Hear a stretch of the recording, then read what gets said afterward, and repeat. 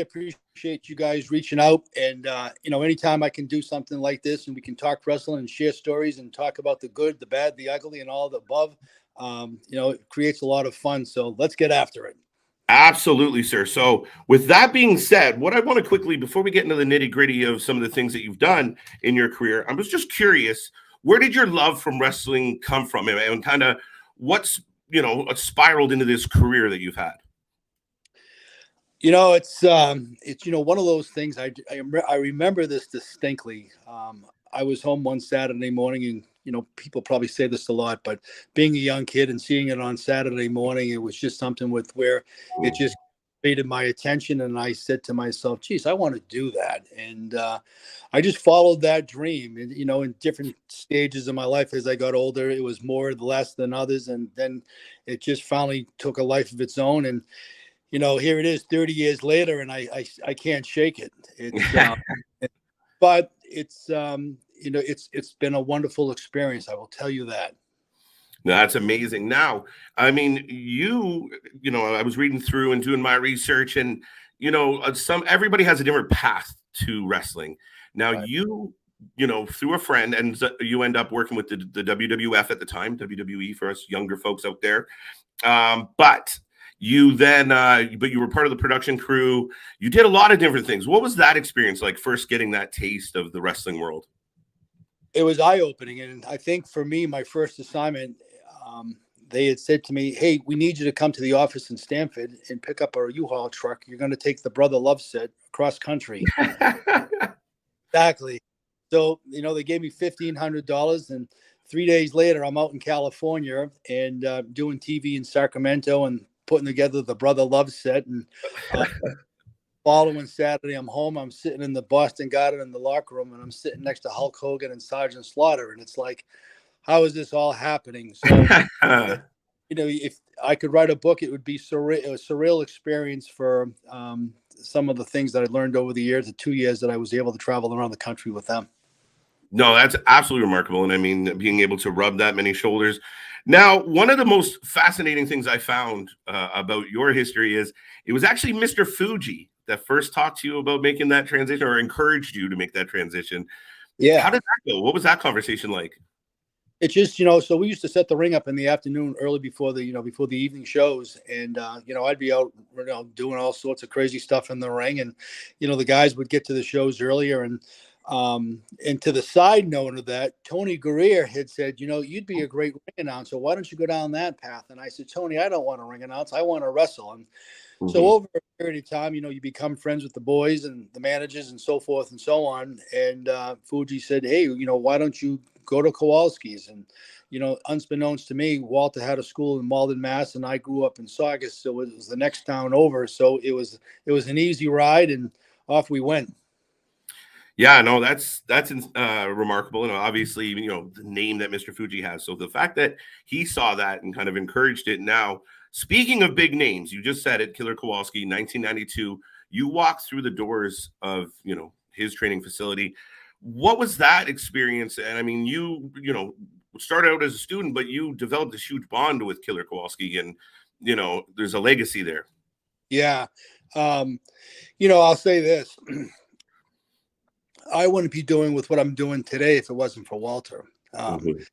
He entrusted me probably, I would say, 4 years in after I started, working with him as a student. And then, him giving me a little bit more and from a training standpoint and responsibility. And we had a wonderful relationship. It was, like father and son. And, we had great chemistry together. We did business on a handshake, and, the great mutual respect and trust between he and I, involved in, all of my family stuff with my children, and from weddings to, showers and, christenings and all that stuff. So when Walter walks into a room, people see, geez, Killer Kowalski's here. They get all excited. But, it was a wonderful, wonderful time for me to be able to spend all those years with him. And so I'm very grateful and very thankful for what he allowed me to do. Absolutely. What's some of the the biggest lesson he kind of instilled with you? Don't ever quit. because and that's not only in wrestling, but in life as itself as a whole. There's many a times with where someone's going to say no, or you can't do this and you can't do that. And, I think for me, perseverance with where, okay, you're going to say no, but I'm going to find ways to try to, get through that everyday life challenges. And it's the same thing that I preach to the students today and the students that I've dealt with in the past with where our business is full of no's. But you need to be prepared when that yes comes. And that's kind of with what I've hung my hat on from a training standpoint of building a foundation for, both the men and women, that I've over the years. No, that's absolutely amazing. Now, my question is, when did that coaching bug kind of get into you? Like, when did you feel like, you know what, I really do like sharing the knowledge as opposed to, not just absorbing it, but passing it on? I think for me, so my time with Walter was, I was also having opportunities to do some dark matches, go to Connecticut, the warehouse, and do some tryout stuff and the dojo camps and the dojo house shows. So I was starting to get to be around some different people that, had a lot of wrestling experience. And it's really put me in a position with where I could start taking that information back to the school and incorporating into from a training aspect. So Walter and I, sometimes we had our disagreements, but we never did it in the ring area. We had our conversations out in the hallway with where, he was old school and I was trying to implement with what the office was looking for from a development standpoint. And, finally, we ended up on the same page, and it just really worked out well for me with where it's something that I really enjoyed. And I was very fortunate to be around some really smart people when I was starting out in, the mid 90s, going to work, going to the studio and, dealing with Dr. Tom, Dory Funk, Pat Patterson, Jim Cornette, Bruce Pritchard.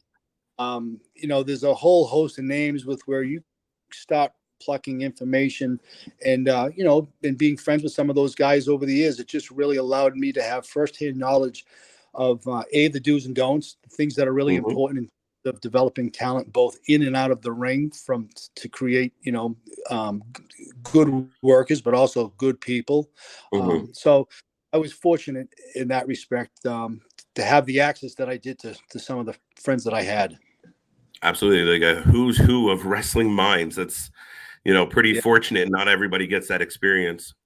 And I had a great friend that was, that was a referee for, WWF at the time, and he was Freddie Spotter, promoter and booker, and, great mind for the business, great knowledge. And so I was able to take away a lot from him as well. So, again, just really fortunate because a lot of guys aren't fortunate to be able to be around good, solid information, because you think about in the independents, there's just sometimes just so much misinformation out there.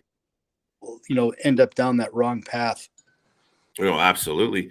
And then now, with that being said, I've seen matches with yourself, such as Gangrel and we Steve Blackman. Some names have come across. With your wrestling career in ring, what was your favorite part of it? What did you enjoy the most about getting in that ring? Crowd reaction. Just whether I was getting my ass kicked at that level or working on the independents with where the scenario might be different. Just being able to either have, if I was working as a face or a heel, just really trying to engage that audience from an emotional standpoint, I think was probably the most fulfilling thing for me, whether it was 100 people or working in front of 20,000 people. It's pretty neat to be able to control emotions with where they're up and down for the ride. And finally, when the referee goes count 3 and the place goes, you've done your job.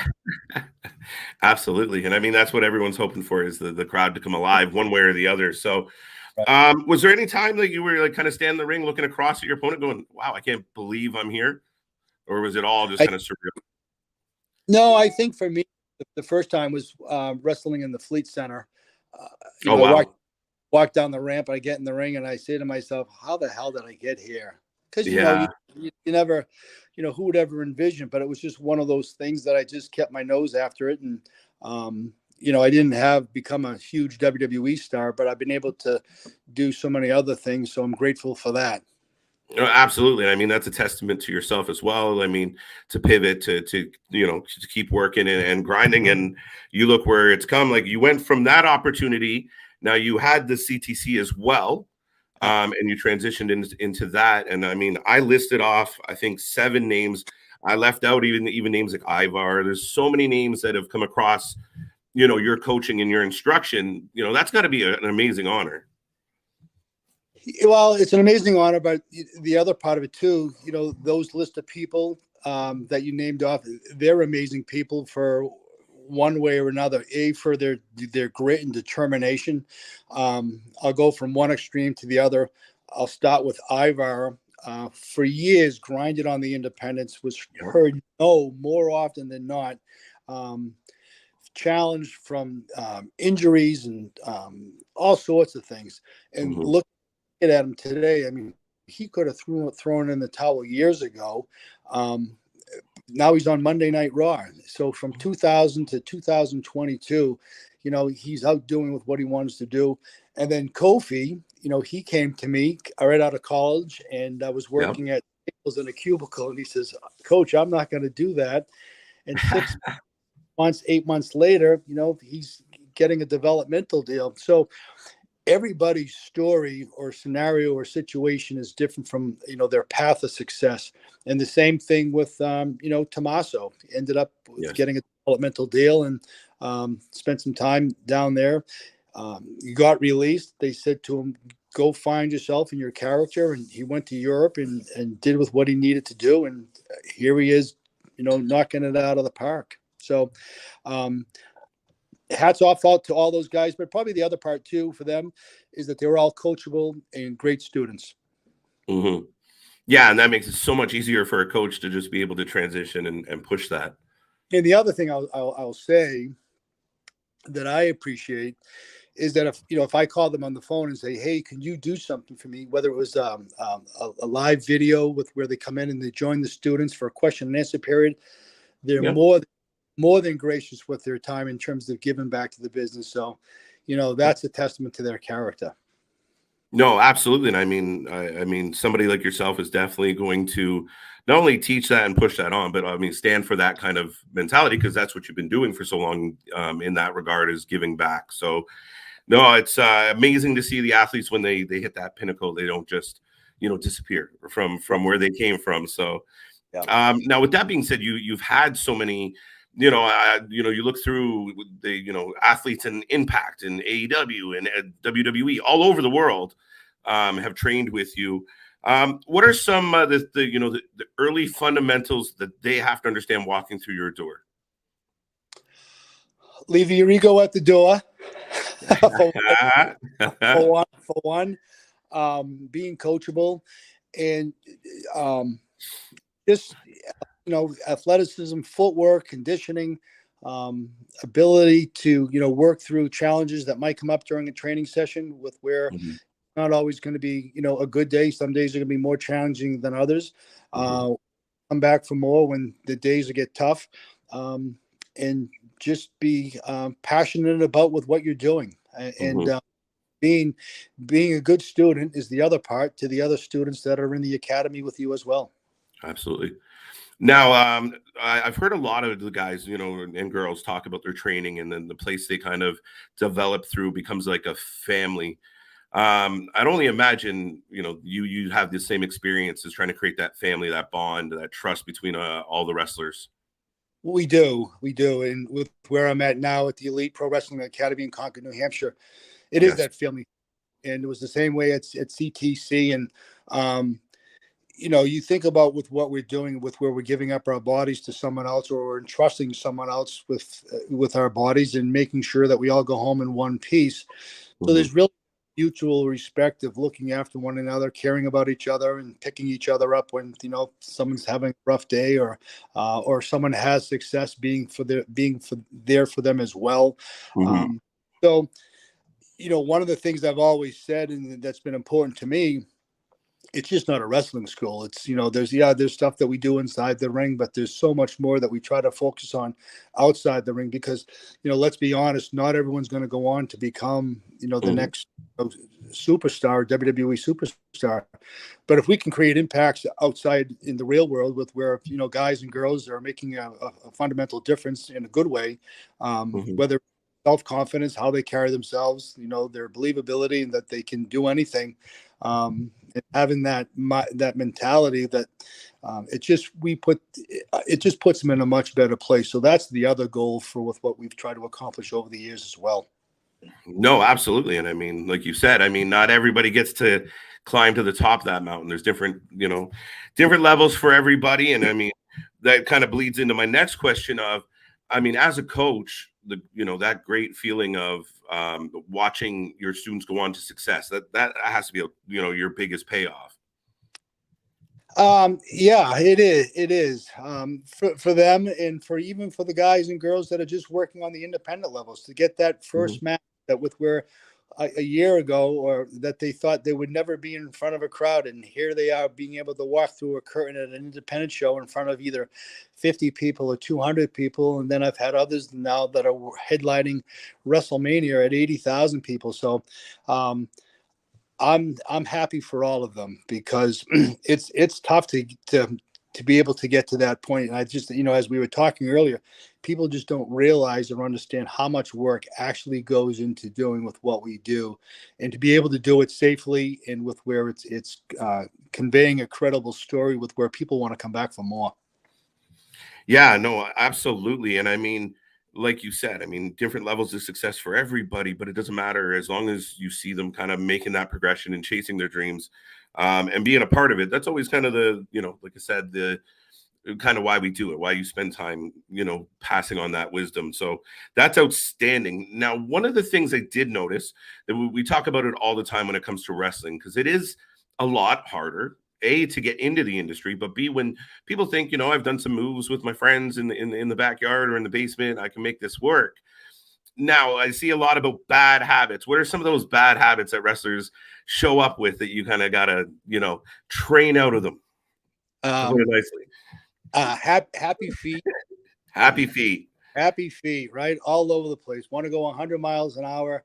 Not realizing that it's not a sprint, it's a marathon. Learning how to take your time, controlling your emotions, all those little things with where if those aren't right, it's going to be a recipe for disaster. The interesting thing is that I've seen so many of those guys and girls, over the years that think that they can come and do something like that. When they finally realize that that's not the case, they're gone. They don't come back for more. They just tap out. They're like, nope, not for me. Nope, not for me. Because now picking them up, they're taking bumps, they're taking forward rolls, and they're landing on their backs, and it's things that they've never done before, and doing it consistently, and their body's not used to it, or they're hitting their ropes and they're sore, and they in and out of the ring, and they're in ring conditioning, and I'm pushing the pedal on them to see what they've got for gas in the tank, and some got it, some come prepared, and some don't. Yeah. Do you think the conditioning is a bulk of the reason why people kind of like, no, I can't keep that pace that long? Or is that generally where you lose them? Or is it just overall the mental game behind it? I think it's, to your point, I think it's the mental game with where I think the reality of how much actually goes into just the simple sequences of doing the things that we do in such a precise manner or fashion that we're looking for to be compelling. But where, I won't you can't be sloppy. I'm looking for stuff to be on par all the time because, let's be honest, in front of a live audience, we only have one opportunity to get it right. So that first impression coming out of the curtain, from the tie up to taking the bump, all of that's got to be spot on. And, that takes a lot of effort. No, absolutely. And I mean, some of the wrestlers I've talked about, it's the intricacies. And I mean, at the same time, one thing could be slightly off, and not only could it look sloppy, but then you risk, injury along with that as well, if you're not in the right place at the right time, hitting things at the right angle. So a very, very intricate program when you put it all together between moving and thinking. So there is a lot to learn, and it's not as easy, like you said many times, that then people anticipate happening. Yeah. I mean, here it is, like we were talking earlier, I started in 92, here it's 2022, and I'm still learning things. I'm still, different nuances. So you've got to stay sharp, and it's always evolving and continuing. But the one thing that won't change, the business will change, but what won't change is the basic fundamentals. And and it's so important to me from the standpoint with where it's like pouring that foundation of a house. And I think that's what's really allowed me, as well as the Elite Pro Wrestling Academy up in Concord, New Hampshire, is that we really focus on those fine nuances with where those things, if done correctly, are going to get you noticed for the right way from someone that's going to make a decision if you're going to get hired or not hired, or creating an opportunity for yourself.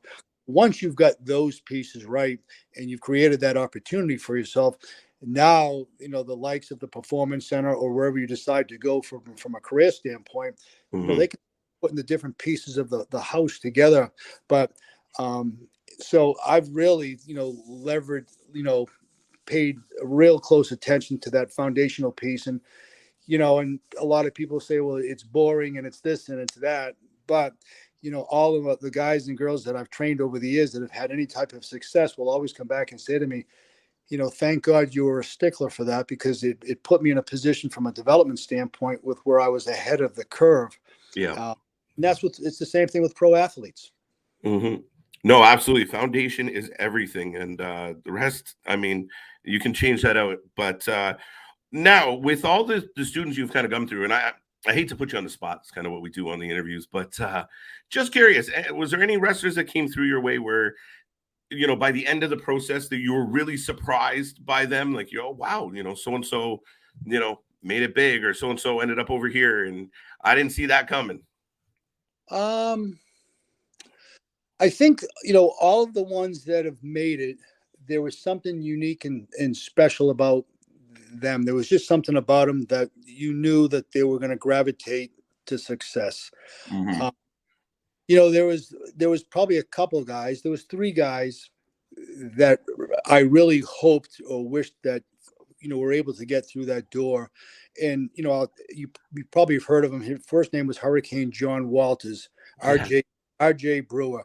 Tremendous ring, had a lot of success with Ring of Honor, a great, and, did some work with WWE.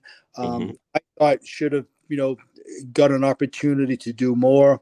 Then there was Arch Kincaid McDaly back in early 2000s. 2 left feet when I first came across him, but was able to, tremendous personality, was able to get his in-ring work in a decent spot. He was getting looked at, so I was hoping that he was able to get through the door. And then the other one was Vince Vicalo, another guy that who, an independent guy that I wish had had an opportunity as well. All good hands. Mm-hmm. No, that's excellent. Now, one thing you did touch on earlier was, you came up through Killer Kowalski and the old school, and you were trying to bring a little bit of the new school. And there's a lot of that debate in wrestling now, the modern wrestling versus classic wrestling, and with yourself trying to blend the two together, not being specifically old school. How have you evolved that training, to kind of accommodate the change in times? Well, we all know the businesses continue to it will evolve every year. I think the biggest challenge now that I see with guys that are working on the independents, both men and women, for me, wrestling is emotion, and it's being able to garner emotion through an audience, through mannerisms, physicality, facial expressions, the little different nuances that you do in the ring, either as a face, whether you're selling or a heel, to with what you're doing from that standpoint. In today's era, it's a lot of the guys think it's through their spots. Yeah. So that's a tough thing to try to get out in front of, because everyone's looking for a reaction. But on the flip side of that, if an opportunity was ever presented with where they had to go try out in front of decision makers, they would say, I don't want to see your high spots. I want to see your work, Mm-hmm. how good of a mechanic you are. You don't Yeah. get 20 people right now, but I want to see how you transition from point A to point B. And I'm going to 6 minutes, tell me a story, working in and out of holds, and show me your facial expressions and how you can sell as a baby face and deliver heat as a heel. It's those type of things. So we're in a tough spot right now because wrestling, it's an emotional sport, and Yep. people pay attention to. I'll argue this till I'm blue in the face. Why you're a face and why he's a heel. Mm-hmm. That's the only reason why people watch wrestling. The glitz and glamour and the spots are added attractions. Oh, absolutely. I mean, every good story has protagonist and antagonist, and there's a story to why they're going through what they're going through. So without that, you lack that story. And then that is, for myself as a wrestling fan, that's what I tune in for is make it compelling, make it interesting. I want good matches. I want to be entertained in the ring, but why are they here? I care about the characters. And, one of the things I do is, talking with the talents today, so they'll put stuff together in their matches, and I'll ask them the question, why did you put that there? And Mm-hmm. what were you looking to get out of it from an emotional standpoint from the crowd? Mm-hmm. Did it fit there? Did you not get enough out of it, or did you just do it for the sake of doing it because you and your partner that you're working with that night happen to like it, but it wasn't good for your audience?